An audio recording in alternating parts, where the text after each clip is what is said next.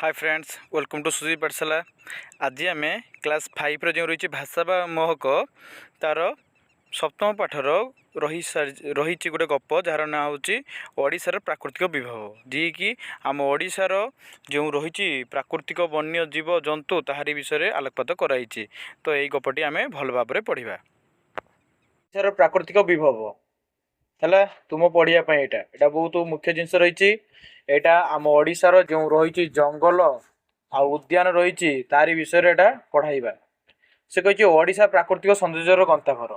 किए सौंदर्यर गंताघर? ओडिशा प्रकृति बा प्राकृतिक सौंदर्यर गंताघर। एटी 30 जिले में पूरी रही अनेक प्राकृतिक विभव।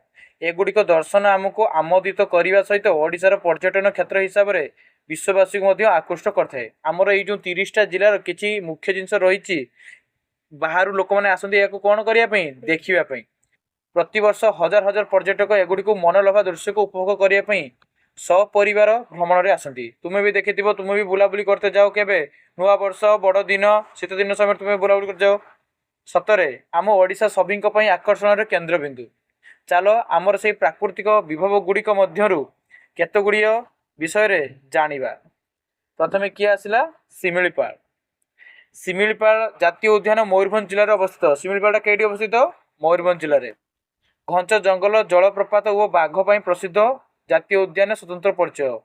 अच्छा शिमिलीपाल कौन पर प्रसिद्ध? बाघ पर प्रसिद्ध। बुझल? भारत वर्ष में यह सबुठ पुराना बृहत्तम अभयारण्य। कि बाघ? साधारण बाघ। एटी किछि नाही। रॉयल बेंगल टाइगर केवल सुंदरबन में प्रसिद्ध, शिमिलीपाल पर प्रसिद्ध नुहे। एटी खाली साधारण बाघ रही है। बुझल? अरे बाघ बाघ तो बाघ हाँ। तापर कही भारत वर्ष यह सबुठ पुराना और बृहत्तम अभयारण्य कौटी? यदि क्वेश्चन आसे भारतर सबुठ पुराना अभयारण्य ना कौन? क्वेश्चन आसीबो शिमिलीपाल। आउ जदि क्वेश्चन आसे भारतर सबुठ पुराना जातीय उद्यान ना कौन? आसीबो उत्तराखंड कॉर्बेट। कौन आसीबो? उत्तराखंड कॉर्बेट। सेटा जातीय उद्यान, एटा एटा कौन? एटा जातीय अभयारण्य, पुराना अभयारण्य है। यह 3750 वर्ग किलोमीटर अंचल को नहीं व्यापी। तो केते किलोमीटर? एटा 3750 किलोमीटर। बुझिल? तापर कही विभिन्न प्रकार जंगली वृक्ष रे प्राकृतिक सौंदर्य मनोरम दृश्य प्रसिद्ध। यही अभयारण्य रे मुख्य आकर्षण होची बाघ। शिमिलीपाल कौन पर प्रसिद्ध बा लोक कौन पर जान शिमिलीपाल देखिया पई? बाघ पई। ओडिशार उच्चतम जलप्रपात बरईपाणी एठारे अवस्थित। छ ओडिशार सबुठ बड़ जलप्रपातर ना कौन? बरईपाणी। एटा कोठी अछि? एटा अछि हमर मयूरभंज जिल्लार शिमिलीपाल अछि। बुझिपारल? बरईपाणी सबुठ उच्च बरईपाणी ओडिशार। यार उच्चता 1309 फुट। बरईपाणी उच्चता केते? से पाहाड़ उच्चता केते? 1309 फुट। या भारतर द्वितीय उच्चतम जलप्रपात।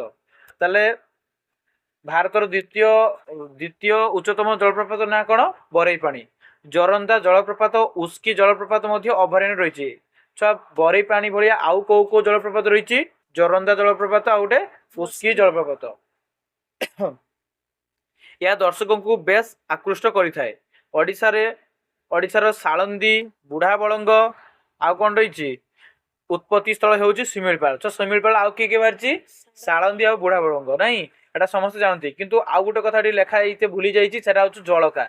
जलकाटे भी बाहर आमर कौटी? शिमिलीपाल ही बाहरी।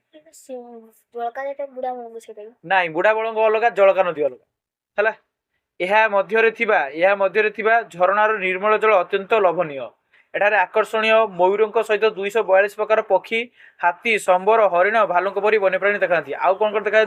पक्षी केते प्रकार? 242 प्रकार पक्षी एठारे देखा जाती। कौटी? शिमिलीपाल। आउ कौन ना एठारे थिबा सीताकुंड, देवकुंड, ब्राह्मण कुंड और लुलुंग भली स्थान व्यतीत खैरी संग्रहालय मध्य दर्शकों को बेस आकर्षणीय करथाए। और नवेम्बर मास ठारू मार्च मास पर्यंत शिमिलीपाल भ्रमण दर्शन सर्वोत्कृष्ट। लोक मैंने बेसिकली को मास बुलिया आसती? नवेम्बर रु मार्च पर्यंत आसती यार भीतर बुलिया पई। बुझिपारल? लुलुंग आ सीताकुंड देइछ आ देवकुंड ब्राह्मण कुंड जाइन बुलिया पई। अच्छा हो। तापर आसला भितरकनिका। तो आमे मयूरभंज थिबा शिमिलीपाल विषय जानि पारले। ताले मते को शिमिलीपाल कोन पे प्रसिद्ध? मुख्यतः बाघ पे प्रसिद्ध। सेठी बाघ छाला पर आउ कोन अछि? 242 प्रकार पक्षी रहिछि। आउ कोन रहिछि दर्शनीय स्थान? सीताकुंड, देवकुंड, ब्राह्मणकुंड एडसु रहिछि। आउ सेठी गोटे बड़ जलप्रपात रहिछि। भारत ओडिशार सबुठु बड़ जलप्रपात ना कौन बरईपाणी आउ कौन सेटा रही उस्की जलप्रपात रही आउ कौन रही अच्छा एबे आमे जीवा का कि भितरकनिका तो तुमे तो चतुर्थ श्रेणी रे भितरकनिका विषय पढ़ीच अच्छा आउ टिके डिस्कशन करदबा भितरकनिका जातीय उद्यान केन्द्रापड़ा जिल्ला अवस्थित अच्छा भितरकनिका कौ जिल्ला अवस्थित केन्द्रापड़ा जिल्ला अवस्थित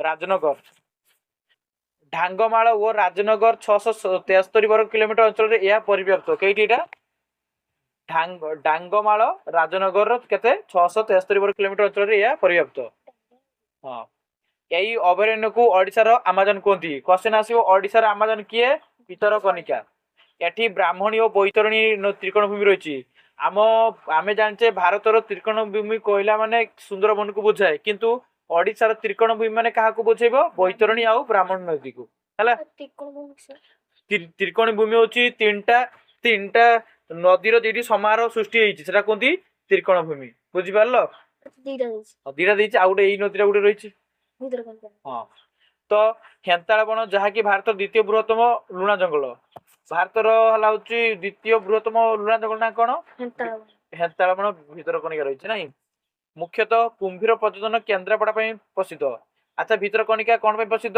कौ सरीसृप कुंभीर कुंभीर पर्यटन शह शह संख्यार बौला मगर घड़ियाल भली कुंभीर एठार देखा जाती ये जो घड़ियाल कुंभीर जो भितरकनिका रही तुम्हें जदि नंदनकानन जीव से घड़ियाल कुंभीर देखा पाइब विशालकाय कुंभीर मल्ली गौरी को देखी एठारे दर्शक मैंने आनंद अनुभव करती एठारे नौका विहार सहित हरिण पार्क संग्रहालय सुंदर काठ ब्रिजर परिदर्शन देखणाहारी को बहुत आनंद प्रदान करिथाए हैला कोउटी देखा जाए एटा भितरकनिका देखा जाए बुझिल विशालकाय कुंभीर मल्ली गौरव की देखी एठारे दर्शक माने आनंद अनुभव करती एठारे नौका विहार सहित हरिण पार्क संग्रहालय सुंदर काठ ब्रिज परिदर्शन देखणाहारी की बहुत भल लगे नहीं आउ नाना प्रजातिर पक्षी कुंभीर मानक देखिया पई पर्यटक माने नवेम्बर मास ठारू जून मास मध्य एठारे आसती को मास आसती नवेम्बर रु चिलिका ओडिशार प्राकृतिक सौंदर्य और सभार गंताकर होची चिलिका हाँ कि नहीं आम ए विषय चतुर्थ श्रेणी पढ़ीलु तथापि आज आउ थे पढ़ुचु जो ओडिशार प्राकृतिक सौंदर्य गंताकर किए चिलिका भुवनेश्वर ठारू 71 किलोमीटर दूर में यह अवस्थित से केते दूर आके दूर अवस्थित कहला 71 किलोमीटर यह एशिया महादेशर बृहत्तम लवणाम्ल ह्रद ताने जदि क्वेश्चन आसे पृथ्वीर सबुठु बड़ लुणी ह्रदर ना कौन आमे कहबा चिलिका यही ह्रदटी जाति जाति माछ कंकड़ा चिंगुड़ी प्रसिद्ध चिलिकार पक्षी अभयारण्य पृथ्वी प्रसिद्ध शीत ऋतु मंगला जोड़ी पक्षी विहार को सुदूर साइबेरिया कास्पियन सागर मध्य एशियारू विभिन्न जाति पक्षी आसी सेमानकर मध्यरु एरा माछरंका सारस फेमिंगो गाडुआल कमन क्यूट यूजियान आदि आकर्षणीय एमाने मुख्यतः खाद्य अन्वेषण शीतरू रक्षा अंडा देवाई आसी प्रतिवर्ष एठारे आंतर्जातीय पक्षी दिवस शीत ऋतु एक तारीख में पालित हुए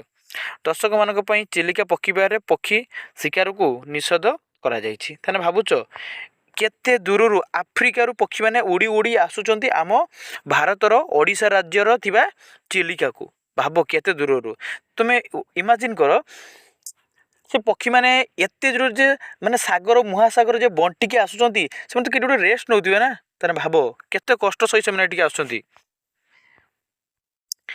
पक्षी विहार व्यतीत चिलिका मध्य कालीजाई सातपड़ारे डॉल्फिन माछ मामू भणजा पहाड़ पारिकुद मालुद टापू प्रभृति रही अच्छा तुम्हें गोटे नुआ पहाड़ तुम शुणिल मामू भणजा पहाड़ केबे शुणिथिला गुरु मन रखिथ है यह अपूर्व सभा को उपभोग करने और नौ विहार करने दैनिक अनेक पर्यटक आसती यह हूँ पर्यटन भूस्वर्ग क्वेश्चन आसो पर्यटन भूस्वर्ग बोली क्या कहती आम कह सर चिलिका को कहुए कहीं ना सर ये सबकि सर पक्षी विहार केन्द्र रही सर सब माछ कंकड़ा सबकि सर रही अच्छा तापर एबे टिकरपड़ा विषय जानिबा अनुगुल जिलार टिकरपड़ा अवस्थित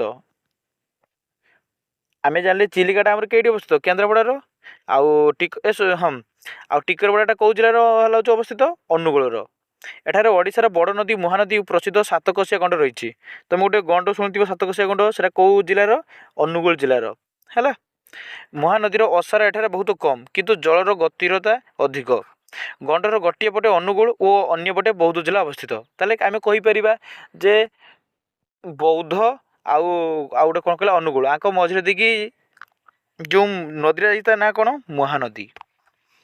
କୁମ୍ଭୀର ଗବେଷଣା କେନ୍ଦ୍ର ଭାବେ ଏହା ଭାରତ ପ୍ରସିଦ୍ଧ। କୁହାଯିବ ଯେ କୁମ୍ଭୀର ଗବେଷଣା କେନ୍ଦ୍ର ଭାବରେ କିଏ ପ୍ରସିଦ୍ଧ? ନା ଟିକରପଡ଼ା। ବଣ ପାହାଡ଼ ଘେରା ପ୍ରାକୃତିକ ସୌନ୍ଦର୍ଯ୍ୟରେ ଭରପୁର ଟିକରପଡ଼ା ବ୍ୟାଘ୍ର ସଂରକ୍ଷଣ ଅଭୟାରଣ୍ୟ ପାଇଁ ଖ୍ୟାତି ଲାଭ କରିଛି। ଏହି ସଂରକ୍ଷଣ ଜଙ୍ଗଲରେ ଶାଳ, ପିଆଶାଳ, ବାଉଁଶ, ଶିଶୁ, ଅସନ ଭଳି ଜଙ୍ଗଲୀ ବୃକ୍ଷ ସହିତ ଚିତାବାଘ, ଭାଲୁ, ହରିଣ ଆଦି ସମ୍ବର, କୁଟୁରା ଭଳି ବନ୍ୟପ୍ରାଣୀ ଓ ନାନା ଜାତିର ପକ୍ଷୀ ଦେଖାଯାଆନ୍ତି। ଛୁଟିଦିନ ମାନଙ୍କରେ ଏସବୁକୁ ଉପଭୋଗ କରିବା ପାଇଁ ଅନେକ ପର୍ଯ୍ୟଟକ ଆସିଥାନ୍ତି। ସେମାନେ ବଣଭୋଜି ଓ ନୌକା ବିହାରର ମଜା ନେଇଥାନ୍ତି। ଶୀତଦିନେ ଅପରାହ୍ନ ବେଳକୁ ଏଠାରେ ସନ୍ଧ୍ୟା ହେବାର ଭ୍ରମ ସୃଷ୍ଟି ହୋଇଥାଏ, ଯାହାକି ଏହାର ବିଶେଷତ୍ୱ। ହଁ କି ନାହିଁ? ମାନେ ଶୀତଦିନ ଗଲେ ତ ପୁରା ଅନ୍ଧାର ଲାଗିବ, ଯେମିତି ତୁମେ ପୁରା ରାତିରେ ଆସିଛ। ଏବେ ନନ୍ଦନକାନନ ରହିଲା। ଆଚ୍ଛା ପିଲାମାନେ କହିଲ, ତୁମେ ସବୁ ନନ୍ଦନକାନନ ଯାଇଛ? ଆମ ରାଜଧାନୀ ଭୁବନେଶ୍ୱର ଠାରୁ 12 କିଲୋମିଟର ଦୂରରେ ବାରଙ୍ଗ ନିକଟରେ ନନ୍ଦନକାନନର ପ୍ରାଣୀ ଉଦ୍ୟାନ ଅବସ୍ଥିତ। କେଇଟିକିଟା? ବାରଙ୍ଗ ପାଖରେ। କେତେ ଦୂର ଭୁବନେଶ୍ୱରଠୁ? 12 କିଲୋମିଟର। 1960 ମସିହା ଡିସେମ୍ବର ମାସ 29 ତାରିଖ ଏହା ଉଦ୍ଘାଟିତ ହୋଇଥିଲା। ନନ୍ଦନକାନନର ମୋଟ 426 ହେକ୍ଟର ଅଞ୍ଚଳ ପରିବ୍ୟାପ୍ତ। ପ୍ରାଣୀ ଉଦ୍ୟାନ ସହିତ ଏଠାରେ ନାନା ଜାତିର ଔଷଧୀୟ ବୃକ୍ଷରେ ପରିପୂର୍ଣ୍ଣ ଏକ ଉଦ୍ଭିଦ ଉଦ୍ୟାନ ଓ ତା ପାଖରେ ସୁନ୍ଦର ହ୍ରଦଟିଏ ରହିଛି।